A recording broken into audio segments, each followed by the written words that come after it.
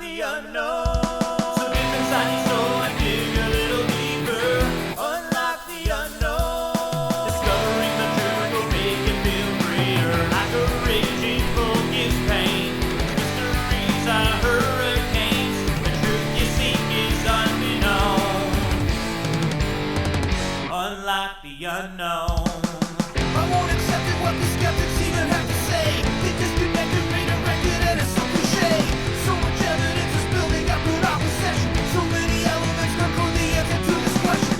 From the page of myth to actuality, to unlock a locked door, where's the magic key? Unlock the unknown. So dip inside your soul and dig a little deeper.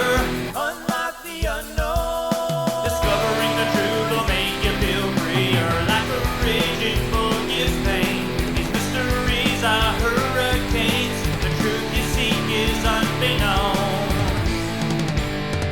Unlock the unknown. You have 77 counties in Oklahoma. We put reports in them, 66 counties. Every tribe has a name for each thing. And Cheyenne is massive misstep, which means giant monster. These are some of the best cast footprints that I've seen in a very, very long time.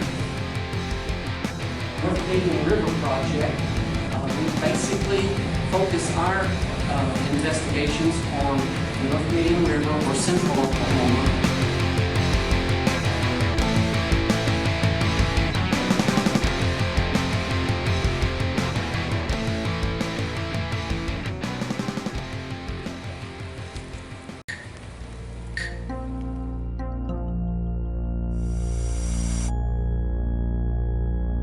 Welcome back to Squatch Ranger Files, episode 32.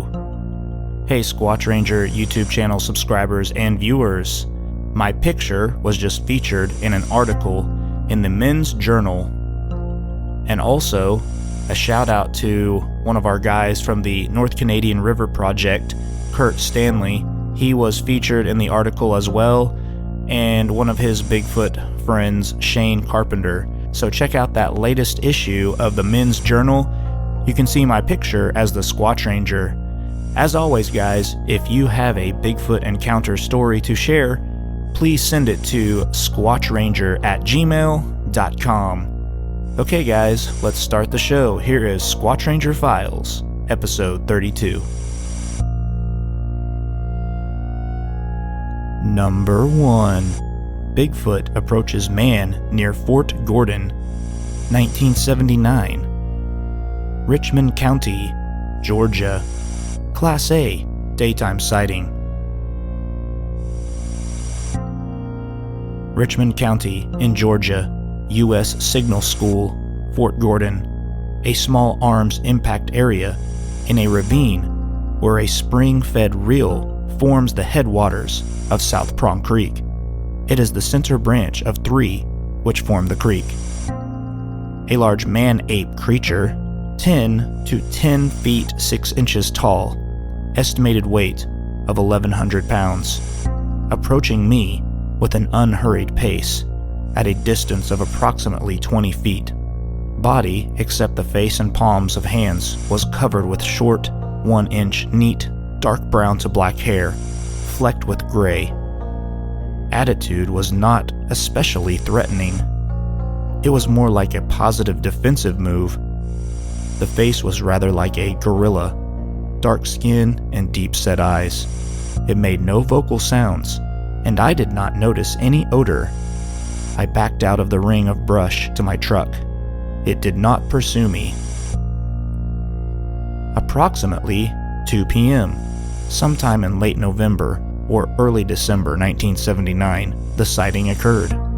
A draw or ravine with hills along each side, which were covered with dead, dormant grass, 1 foot tall and scattered scrub oak brush on the hills. The floor of the ravine was fairly flat and open, except for a tight ring of brush around the stream. Inside that brush, the area was clear around the stream except a small tree here and there. Elevation of the stream, 380 feet. Surrounding hills, 500 feet. Just before the encounter, he was preparing to check inside the brush that ringed the streamlet. a footprint of 22 inches in length and heel width of 6 inches with ball width of 9 inches. Also numerous piles of sand, approximately 3-gallon size, on the flat ground of the open ravine floor outside the brush. 2 weeks before I saw a large animal plunging down the hillside opposite to me and into the ravine. I could not identify the animal as its form seemed to be changing, as if it were falling and running. It was very fast. Follow-up, NOBRO investigators report. This was the formal report he wrote. I was on the phone with him, and he told me other aspects of the encounter with notes he sent to me. His brother and son were with him that day. The running form was plunging down the hill. There were 20 to 30 sand piles that had nothing in the ones they kicked. Piles were formed into peaks, like large cupped hands formed them. At first, thought to be rather large anthills at first glance. Thought that in the stream it looked to be dug out for maybe a body to cool itself off. He told me of a couple vomit piles of what looked like deer hide and acorns. He had a 16-gauge shotgun down his pants side and a pistol that the Bigfoot didn't see on him. Thought they were pea shooters to this thing. He used to estimate cows' weight for slaughter and was mighty close to correct just by looking at them. It's how he figured the creature's weight. They played basketball a little and thought the height of the ring was this creature's height.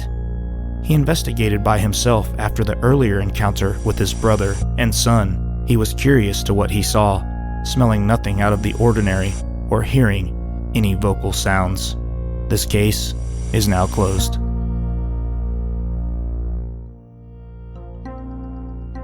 Number 2. Summer camp counselors see Bigfoot cross the road.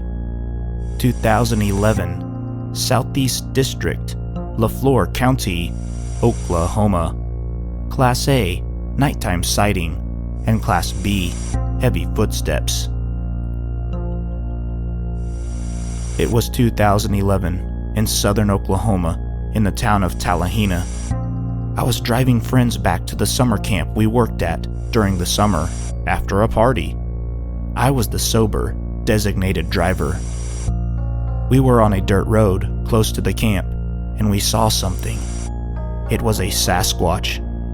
The creature crossed a 2-lane road in 2 steps. It had dark brown fur over almost all its body.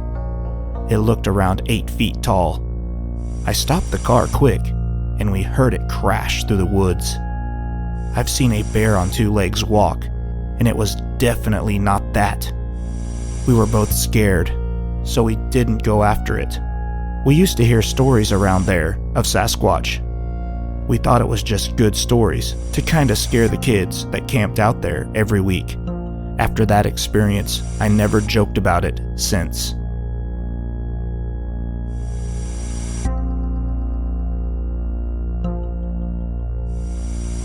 Follow-up, NOBRO investigators report.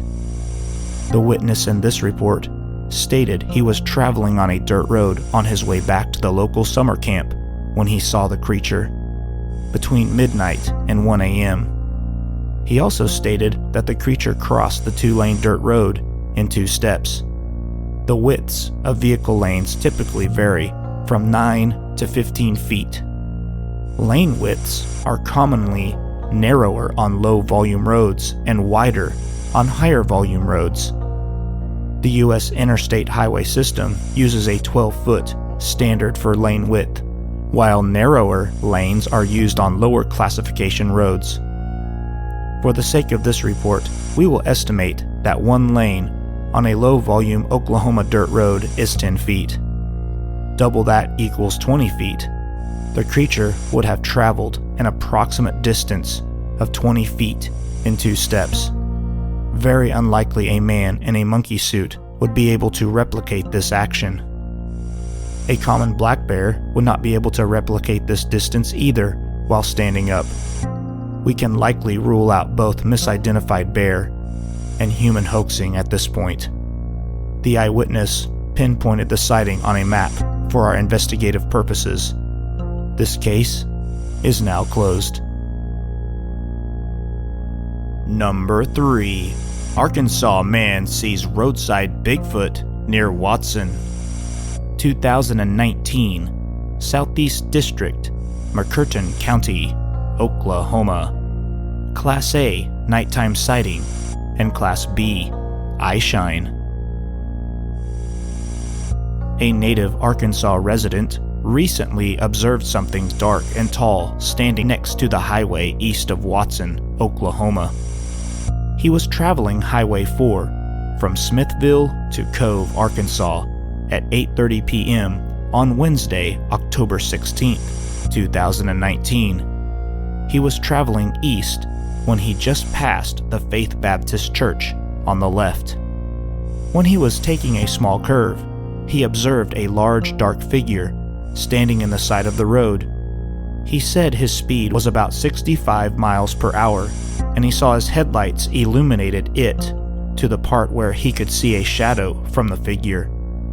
He did say his headlights did make the eyes shine back. He said the head was taller than the cab of his 2009 Ford F-150. He thought of slowing down to turn around and go back. However, he had several cars behind him and couldn't find a safe place to pull over to turn around. The only other thing the witness could recall was he believes the figure he saw had black or dark brown hair. He believes he saw a Bigfoot. He knows what bears look like.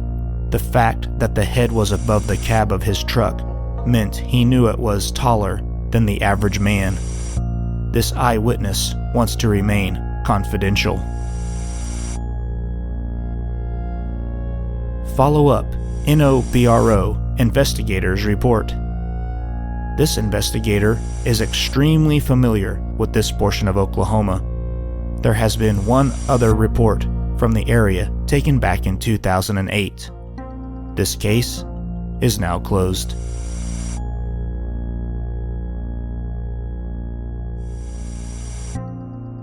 The Native Oklahoma Bigfoot Research Organization, or NOBRO, was founded by a group of native Oklahoma residents that have been involved in Sasquatch research and investigations for the past 15 years. These investigators and researchers come from all walks of life. They represent tribal affiliations from the Choctaw, Creek, and Cherokee nations. The NOBRO receives and responds to reports from all over the state of Oklahoma. They have conducted investigations that involve tribal, public, and private land. They have responded to reports that have occurred within hours of the witness seeing something, to reports that are years old in nature. Please visit our official website. I will provide a link in the description of this video. Also check out the NOBRO Bigfoot Sightings database. I will provide a link to the description of this video. That's the Native Oklahoma Bigfoot Research Organization. Now, let's get back to Squatch Ranger Files.